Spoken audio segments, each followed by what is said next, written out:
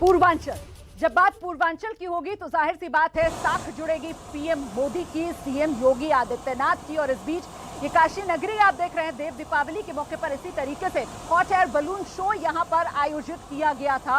और कुछ इसी अंदाज में पूर्वांचल का आंकड़ा मैं आपके लिए लेकर आई हूं। 130 सीटें पूर्वांचल की। महत्वपूर्ण ये हो जाता है कि इस बार पूर्वांचल में समाजवादी पार्टी जो है वो 2017 वाला बीजेपी का फॉर्मूला आजमा रही है। जी, इस बार पूर्वांचल में समाजवादी पार्टी की पूरी रणनीति सहयोगियों के बूते है, जिस तरीके से पिछली बार बीजेपी की थी। और कुल मिलाकर आंकड़ा आपके सामने है, बीजेपी गठबंधन के खाते में 66 से 70 सीटें जाते हुए और समाजवादी पार्टी गठबंधन यहां पर 48 से 52 सीटों पर बढ़त बनाते हुए नजर आ रहा है। बीएसपी के खाते में 5 से 7 सीट जा सकती है, कांग्रेस के खाते में 1 से 3 सीट जाती हुई, लेकिन कुल मिलाकर 130 सीटों में से सबसे आगे यकीनन बीजेपी गठबंधन है। हालांकि अगर बात 2017 की जाए तो 2017 के मुकाबले यहां पर बीजेपी गठबंधन को नुकसान हो रहा है और समाजवादी पार्टी गठबंधन सहयोगियों के भरोसे यहां पैठ बनाता हुआ पूर्वांचल के इस इलाके में बीजेपी से पीछे, लेकिन फिर भी 2017 के मुकाबले समाजवादी पार्टी गठबंधन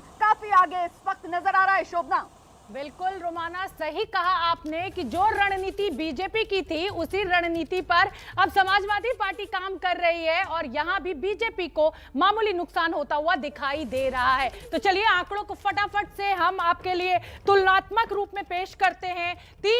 पिछले 3 महीनों से ये ओपिनियन पोल हम आपको दिखा रहे हैं, पिछले 3 महीनों में क्या कुछ बदला है।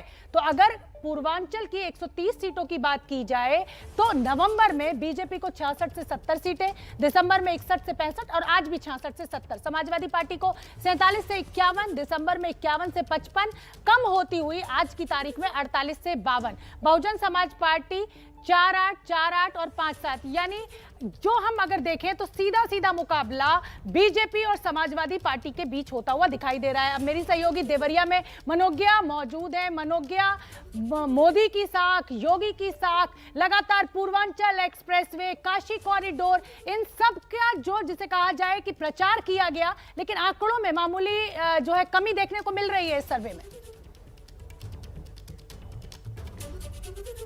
जी बिल्कुल शोभना, आपको बता दें कि देवराहा बाबा के आश्रम से अब हम गोरक्षनाथ के पास आ गए हैं, यानी कि गोरखपुर में। और यहाँ पर हमारे साथ समाजवादी पार्टी, भाजपा सभी के समर्थक नेता हैं। पूछेंगे पहले उनसे, लेकिन जो बात आपने पूछी, पूर्वांचल में पुरवैया किधर बह रही है, हवा ठंडी है लेकिन तापमान राजनीति का गर्म है। ब्रिजेश जी, इस बार कितना भरोसा, 100 सीटों में से इस बार आंकड़े खिसकते यानी कि गिरते नजर आ रहे हैं बीजेपी के लिए? जिस तरीके से हमारे बूथ अध्यक्ष और हमारे कार्यकर्ता लगे हैं, पिछली बार से भी बेहतर, निश्चित रूप से हमें भरोसा है पिछली बार से बेहतर प्रदर्शन भारतीय जनता पार्टी करेगी। नगीना प्रसाद जी, अध्यक्ष हैं आप यहाँ पर जिला के समाजवादी पार्टी के। लाल टोपी की सफलता कितनी दिख रही है? आंकड़ों में तो अभी भी पीछे हैं। लाल टोपी का अनुमान आप इसी से लगा लीजिए कि देश के प्रधानमंत्री सपने में टोपी से डर रहे हैं और देश का प्रधानमंत्री आकर के लाल टोपी पर कमेंट कर रहा है, तो इसे आप अनुमान कर लीजिए कि गोरखपुर जनपद में 9 विधानसभा है। गोरखपुर के 9 विधानसभाओं में लगभग 7 से 8 विधानसभा जीत करके हम लोग माननीय अखिलेश यादव जी को मुख्यमंत्री बनाने जा रहे हैं। पीठाधीश्वर है यहाँ पर मुख्यमंत्री योगी आदित्यनाथ। खिचड़ी का समय आ रहा है, संक्रांति और उसके आगे होली, किसकी मनेगी? भाजपा की मनेगी और ठीक से मनेगी। यहाँ तो हमेशा मनती आई है, आज भी मनेगी। अभी जब जिसके राष्ट्रीय अध्यक्ष जी स्वयं कह चुके हों कि हमारे कार्यकर्ता तैयार नहीं हैं ये चुनाव की लड़ाई लड़ने के लिए, वो एंड्रॉयड और आईटी के मामले में अनभिज्ञ हैं, भाजपा के आगे बहुत पीछे हैं, तो स्वयं राष्ट्रीय अध्यक्ष इनके हार मान चुके हैं। मैडम आप दीजिए। देखिए, समाजवादी पार्टी पिछली बार भी, आज भारतीय जनता पार्टी की सरकार है, गोरखपुर जनपद के मुख्यमंत्री हैं। मुख्यमंत्री होने के बाद भी आज गोरखपुर में एक भी विकास नहीं हुआ। आप लोगों ने देखा कि जब ये मुख्यमंत्री बने तो मुख्यमंत्री बनते ही इन्होंने कहा था कि हम गोरखपुर में मेट्रो चलाने का काम करेंगे, लेकिन अभी तक मेट्रो का शिलान्यास तक नहीं हो पाया। यही हमारी सरकार में माननीय अखिलेश यादव जी ने कहा कि हम मेट्रो चलाने का काम करेंगे। उन्होंने शिलान्यास भी किया, उद्घाटन भी किया और गोरखपुर का पहला, उत्तर प्रदेश का पहला विश्वविद्यालय टेक्निकल कॉलेज मालविया के रूप में माननीय अखिलेश यादव जी ने गोरखपुर को देने का काम किया। पूरे प्रदेश का सबसे महत्वपूर्ण जिला उन्होंने समझा, जबकि 2012 में 9 विधानसभा में सिर्फ 1 विधानसभा पिपराइज में राजवटी निषाद के रूप में हमारे पास था। इनके पास तो 9 में 8 विधानसभा है, लेकिन गोरखपुर में कोई काम आज तक नहीं हो पाया। जवाब इसका अब ये पता नहीं किस नज़र से देखते हैं गोरखपुर में काम नहीं हो पाया। देखिए, भारतीय जनता पार्टी प्रत्येक क्षेत्र प्रत्येक जिले को लेकर के चलती है। हम जितनी बिजली इटावा को देते हैं उतनी ही गोरखपुर को देते हैं।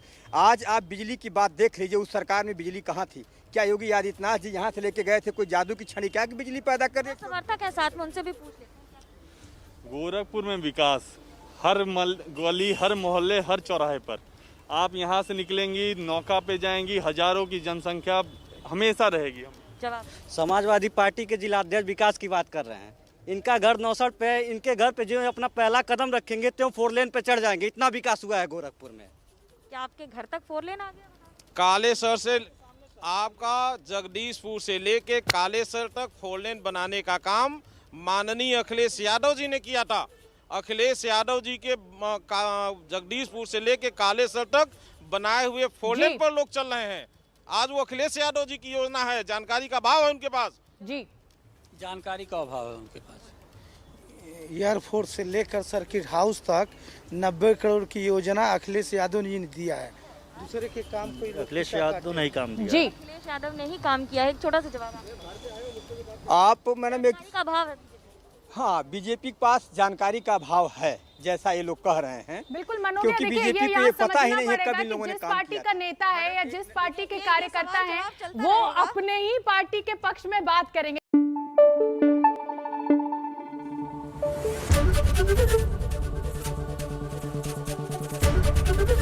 एबीपी न्यूज आपको रखे आगे।